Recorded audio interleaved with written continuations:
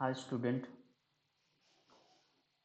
আপনাদের ঘরে আমি SCCO 21 এই যে সাবজেক্টটা আছে বিজনেস বা বলতে পারি কমার্স, এই যে সাবজেক্টটা আছে এই সাবজেক্টটার আমি আপনাদের ঘরে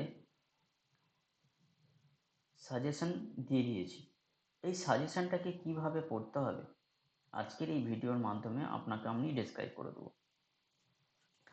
সাজেশনটা এত ছোট সাজেশন কোনো সাবজেক্টের নেই যে যে সাজেশনটা এই সাবজেক্টে আছে। ওকে, তবে খুব ছোট্ট করে যদি ডেসক্রাইব করে দিই আমি, এই সাবজেক্টটার খুবই একটা প্রেজেন্ট এনভায়রনমেন্ট ইন্ডিয়ান ইকোনমিতে খুব ইম্পর্টেন্ট।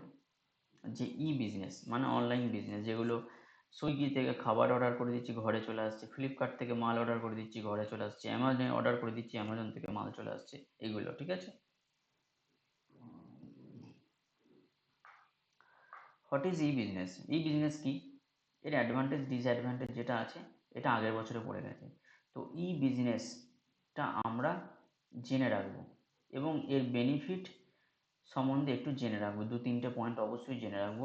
এই বেনিফিট সম্বন্ধে কি টাইপ অফ বিজনেস আছে, অনেক টাইপের বিজনেস আছে। B2B আছে, B2C আছে, B2D আছে, ঠিক আছে, D2C আছে। যেমন এখানে যেহেতু রাইটেড শর্ট নোট, এই যে টাইপ অফ বিজনেস আছে এখানে B2C করে দেওয়া আছে। B2Bটা খুব ইম্পর্টেন্ট এবং D2C মানে ডাইরেক্ট টু কনজিউমার। এখানে B2B মানে হচ্ছে বিজনেস টু বিজনেস, মানে হোলসেল বিজনেস। B2C মানে বিজনেস টু কনজিউমার মানে রিটেল বিজনেস, মানে ডাইরেক্ট বিজনেস কাকে দিচ্ছে, রিটেলারকে দিচ্ছে। আর D2C মানে ডাইরেক্ট টু কনজিউমার মানে ম্যানুফ্যাকচারিং যেখান থেকে হচ্ছে সেখান থেকে ডাইরেক্ট মালটা কার কাছে যাচ্ছে, কাস্টমারের কাছে যাচ্ছে। D2Cটা বেশিরভাগ কী হয়, অনলাইন মার্কেটিংয়ের ক্ষেত্রে D2Cটা হয়। কার কাছ থেকে যাচ্ছে, ডাইরেক্ট ভেন্ডারের কাছ থেকে চলে যাচ্ছে কার কাছে, কাস্টমারের কাছে। সেটা হচ্ছে D2C, ডাইরেক্ট টু কাস্টমার, মাথায় রেখে।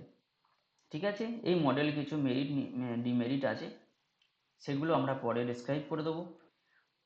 তবে আমরা এই সাবজেক্টটা যখন পড়ব, এই সাবজেক্টটা এই যে D2C মডেলটা আছে এটা আমরা অনলাইনেও বাংলাতে পড়ে নিতে পারি, ছোট্ট করে পড়ে যাওয়া সব থেকে বেস্ট। তো টাইপ অফ বিজনেস খুব ইম্পর্টেন্ট এবছরের জন্য। আর বিজনেস কি আর টাইপ অফ বিজনেস খুব ইম্পর্টেন্ট।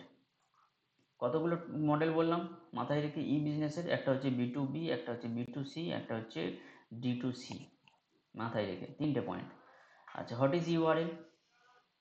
ঠিক আছে, ইউআরএল কি, যখন আমরা অনলাইনে যেমন google.com মারি এটাকে বলে ইউআরএল। google.com এটা হচ্ছে ইউআরএলটি কি, তো এটা আপনারা পড়ে নেবেন, যেটা আপনাদের বুকসে ডিফাইন করা আছে। ওয়েব ব্রাউজার কি, সিমিলারলি ডিফাইন করা আছে, পড়ে নেবেন। ECRM খুব ইম্পর্টেন্ট এবছরের জন্য। ইলেকট্রনিক কাস্টমার রিলেশনশিপ ম্যানেজমেন্টে কি, খুব ইম্পর্টেন্ট এবছরের জন্য। ইউআরএল, ব্রাউজার, এই যে কটা পয়েন্ট এখানে, এবছরে তো বেশি সাজেশান নেই আমি বলবো, তো যে কটা হাইলাইট করা আছে এই সূচিপত্রের মধ্যে, আপনাদের এই বিজনেসের সাবজেক্টের মধ্যে যে কটা হাইলাইট করা আছে সব কটা হাইলাইট খুব খুব ইম্পর্টেন্ট। ঠিক আছে, অনলাইন ব্যাংকিং কি বা নেট ব্যাংকিং কি, একই জিনিস, অনলাইন ব্যাংকিং কি অথবা নেট ব্যাংকিং কি, মাথায় রেখে। আচ্ছা, হোয়াট ইজ মোবাইল কমার্স কি, ওয়্যার্ড অ্যান্ড ওয়্যারলেস নেটওয়ার্কের কি ডিফারেন্স আছে, ঠিক আছে, কিচ্ছু নেই এর মধ্যে। যতগুলো পয়েন্ট আমি হাইলাইট করে দিয়েছি খুব ছোট্ট ছোট পয়েন্ট হাইলাইট করা আছে। আর আমি আবার বলবো, বারবার এগুলোকে পড়ে প্র্যাকটিক্যাল বুঝে এক্সামের হলে গিয়ে নিজের ভাষায় লিখে দিয়ে আসলে 100% এই সাবজেক্টে নাম্বার পাওয়া যাবে। ওকে, তো বিজনেস, টাইপ অফ বিজনেস, এর অ্যাডভান্টেজ ডিসঅ্যাডভান্টেজ, ঠিক আছে, নেট ব্যাংকিং, ইউআরএল, ব্রাউজার, মডেলের মধ্যে হচ্ছে B2C, B2B আর D2C, এগুলো। মোবাইল কমার্স কি, কি অ্যাডভান্টেজ ডিসঅ্যাডভান্টেজ আছে, ওয়্যার্ড নেটওয়ার্ক আর ওয়্যারলেস নেটওয়ার্ক কি, যেটা ওয়াইফাই বলি সেটা হচ্ছে ওয়্যারলেস নেটওয়ার্ক, যেটা ওয়্যার্ড নেটওয়ার্ক হচ্ছে কেবল নেটওয়ার্ককে বলি ওয়্যার্ড নেটওয়ার্ক। এদের কি অ্যাডভান্টেজ ডিসঅ্যাডভান্টেজ হতে পারে, কি ডিফারেন্স আছে, সেগুলো ছোট্ট ছোট্ট করে পড়ে গিয়ে এক্সামে অ্যাটেন্ড করো, 100% অ্যাবাভ 60% মার্কস আসবে। ঠিক আছে, এই সাবজেক্টের মধ্যে বিশেষ করে এতগুলো সাবজেক্ট যেগুলো আমরা ফার্স্ট ইয়ার সেকেন্ড ইয়ার আমরা যত পড়ে এসেছি, বিশেষ করে এই সাবজেক্টটা হচ্ছে সবথেকে সহজ এবং সবথেকে বেশি নাম্বার পাওয়া যায়। ওকে, তাহলে আমরা ডেসক্রাইব করে দিলাম কিভাবে পড়তে হবে, কোনটা কি ইম্পর্টেন্স আছে এবং কিভাবে পড়ে গেলে এক্সামে কিভাবে নাম্বার পাওয়া যাবে। একটা question, E business, type of E business, এটা যদি আমরা পড়ে যেতে পারি, এখান থেকে আমরা কিছু ছোট ছোট টাইপ অফ ই বিজনেসটা 10 নম্বরের কোয়েশ্চেন আসতে পারে। B2B মডেলটা ডেসক্রাইব করতে হবে, তার মধ্যে B2Bটা ডেসক্রাইব করতে হবে, D2C ডেসক্রাইব করতে হবে। ঠিক আছে, মাথায় রেখে কিছু নেই এই সাবজেক্টের মধ্যে। খুব সুন্দর করে বুঝে পড়ে গিয়ে এক্সাম দিলে অনেক নাম্বার পাওয়া যায়। আর যে কটা কোয়েশ্চেন এখানে হাইলাইট করা নেই, যেমন বলছি আমি, হোয়াট ইজ ই সিকিউরিটি, এটা আগের বছরে পড়ে গেছে। What is the common e commerce security issue, এটাও আগের বছরে পড়ে গেছে, তো এই জন্য আমি এটাকে হাইলাইট করিনি।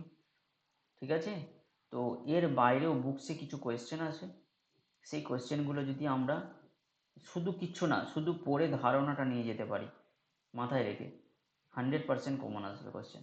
ঠিক আছে, 10 নম্বরে 4টে কোয়েশ্চেন আসবে যেখান থেকে 2টো অ্যান্সার করতে হবে, 6 নম্বরে 10টা কোয়েশ্চেন আসবে যেখান থেকে 5টাকে অ্যান্সার করতে হবে। তো এর মধ্যে তেমন কিছু নেই, নাম্বার 100% আসবে। যে কটা হাইলাইট করা আছে 100% করতে হবে এবং পড়ে অ্যাটেন্ড করতে হবে। এখানে টিসিপি, ট্রান্সমিশন কন্ট্রোল প্রোটোকল, যেটা লেখা আছে এখানে হাইলাইট করা নেই, যদিও সামান্য ধারণা নিয়ে গেলেও যদি 1 নম্বর 2 নম্বরের কোয়েশ্চেনও মানে যেটা 6 নম্বরের কোয়েশ্চেন আছে সেটা দুটো পার্ট হয়ে যেতে পারে, একটা 2 নম্বরের, একটা 4 নম্বরের। এই যে 2 নম্বরের কোয়েশ্চেন যেটা আছে সেটা টিসিপি এসে যেতে পারে। ঠিক আছে, তো ওভারঅল পড়ে যাবে। হোয়াট ইজ ই সিকিউরিটি আগের বছর পড়ে গেছে ঠিকই, কিন্তু ই সিকিউরিটি কি এবছরও পড়তে পারে, এমন কোনো গ্যারান্টি না পড়তে পারে না। তবে ই সিকিউরিটি কি একবার জেনে যেতে হবে যে ই সিকিউরিটি জিনিসটা কি। ঠিক আছে, তো এরমভাবে পড়ে ডেসক্রিপটিভভাবে এক্সামে যাও, সব নাম্বার ক্যারি করতে পারবে। ঠিক আছে, ওকে, তাহলে আমি ডিফাইন করে দিলাম কোন সাবজেক্ট, এই সাবজেক্টের কোন কোন পয়েন্টটা বেশি জোর দিয়ে পড়তে হবে, কম জোর দিয়ে পড়তে হবে এবং কোনখানে কোনখানে নলেজ নিয়ে গিয়ে এক্সামে বসতে হবে। ওকে, থ্যাংক ইউ।